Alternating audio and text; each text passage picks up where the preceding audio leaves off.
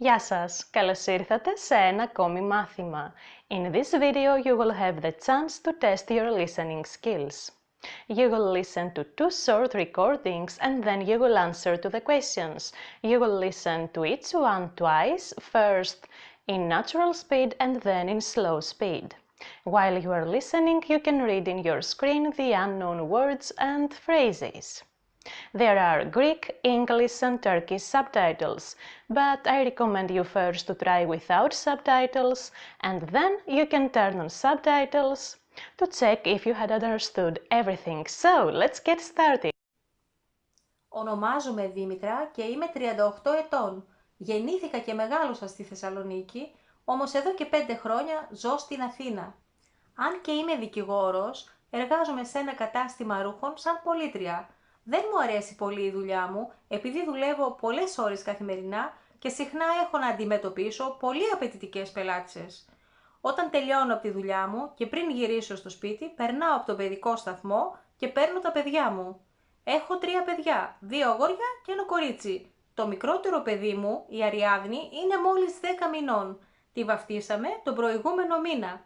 Το αρχαιοελληνικό όνομά της επέλεξε ο άντρας μου ο Πέτρος, που είναι φιλόλογος. Ονομάζομαι Δήμητρα και είμαι 38 ετών. Γεννήθηκα και μεγάλωσα στη Θεσσαλονίκη, όμως εδώ και 5 χρόνια ζω στην Αθήνα. Αν και είμαι δικηγόρος, εργάζομαι σε ένα κατάστημα ρούχων σαν πολίτρια. Δεν μου αρέσει πολύ η δουλειά μου, επειδή δουλεύω πολλές ώρες καθημερινά και συχνά έχω να αντιμετωπίσω πολύ απαιτητικές πελάτησες. Όταν τελειώνω από τη δουλειά και πριν γυρίσω στο σπίτι, περνάω από τον παιδικό σταθμό και παίρνω τα παιδιά μου. Έχω 3 παιδιά, 2 αγόρια και ένα κορίτσι. Το μικρότερο παιδί μου, η Αριάδνη, είναι μόλις 10 μηνών. Τη βαφτίσαμε τον προηγούμενο μήνα. Το αρχαιοελληνικό όνομά της επέλεξε ο άντρας μου ο Πέτρος, που είναι φιλόλογος. Πού μένει η Δήμητρα? Α. Στη Θεσσαλονίκη. Β. Στην Αθήνα. Η Δήμητρα μένει στην Αθήνα. Τι δουλειά κάνει η Δήμητρα? Α. Είναι δικηγόρος. Β. Είναι πολίτρια. Η Δήμητρα είναι πολίτρια. Πόσα παιδιά έχει η Δήμητρα? Α. 2 αγόρια και ένα κορίτσι. Β. 2 κορίτσια και ένα αγόρι. Η Δήμητρα έχει 2 αγόρια και ένα κορίτσι. Γεια χαρά! Με λένε Γιάννη και τα τελευταία 10 χρόνια εργάζομαι σε μια διαφημιστική εταιρεία. Αγαπώ τη δουλειά μου και συνήθως την απολαμβάνω, παρότι μερικές φορές μου δημιουργεί τρομερό άγχος. Όπως σήμερα για παράδειγμα, που όλα πήγαν στραβά. Έπρεπε να είμαι στο γραφείο στις 8.30 γιατί στις 9 είχα μια πολύ σημαντική συνάντηση. Έφυγα από το σπίτι πολύ νωρίς για να είμαι σίγουρος ότι θα φτάσω στην ώρα μου. Το αυτοκίνητό μου ήταν στο συνεργείο και ταξί δεν κατάφερα να βρω.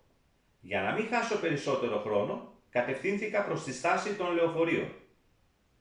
20 λεπτά αργότερα, και αφού στο μεταξύ δεν είχε περάσει κανένα λεωφορείο, έμαθα ότι οι οδηγοί είχαν απεργία. Τελικά γύρισα στο σπίτι, πήρα το ποδήλατό μου και πήγα στη δουλειά. Όταν έφτασα στο γραφείο ήταν ήδη 10.30. Πήγα στο διευθυντή μου για να απολογηθώ και να του εξηγήσω τι συνέβη. Νόμιζα ότι θα με απολύσει, όμως εκείνος χαμογέλασε και μου είπε ότι η συνάντηση είχε αναβληθεί. Μου τηλεφώνησε, λέει, όμως το τηλέφωνό μου ήταν κλειστό. Γεια χαρά! Με λένε Γιάννη και τα τελευταία 10 χρόνια εργάζομαι σε μια διαφημιστική εταιρεία. Αγαπώ τη δουλειά μου και συνήθως την απολαμβάνω, παρότι μερικές φορές μου δημιουργεί τρομερό άγχος. όπως σήμερα για παράδειγμα, που όλα πήγαν στραβά. Έπρεπε να είμαι στο γραφείο στις 8.30, γιατί στις 9 είχα μια πολύ σημαντική συνάντηση.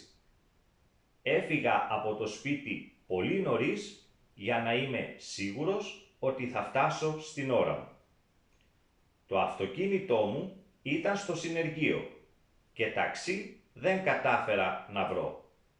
Για να μην χάσω περισσότερο χρόνο, κατευθύνθηκα προς τη στάση των λεωφορείων.